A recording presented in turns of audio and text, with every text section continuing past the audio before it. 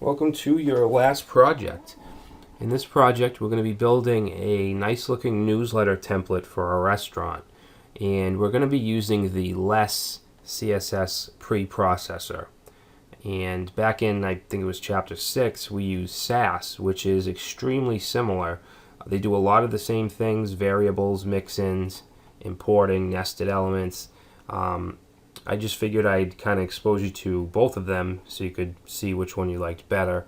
I would definitely suggest using one of these or another preprocessor, especially in big projects.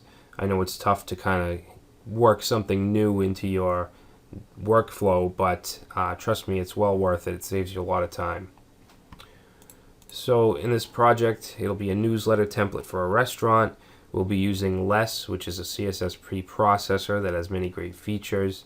The main difference between less and SAS is that SAS is written using the Ruby programming language and less runs on JavaScript. All right, so we're going to have to install something called node.js. Basically, it's a cross-platform environment to run server-side applications using JavaScript. And don't get overwhelmed or intimidated by it, because we'll only be doing one or two commands using Node. And we're also going to install something called WinLess, which is a less compiler, and it's much like Scout, which we used back in chapter 6 to compile SAS files. All right, and we'll look at features like variables, mix-ins, and importing. So this is the template. You can see it here. Okay, it's pretty simple, but it's nice and clean. Sections: we have our introduction. We have the less environment setup, which will include installing Node.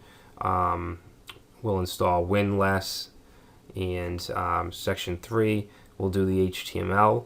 And then in section 4 and 5, we're going to really get into the CSS as well as using less. Okay, so what you'll learn how to install node.js, learn a little bit about it, installing less using npm.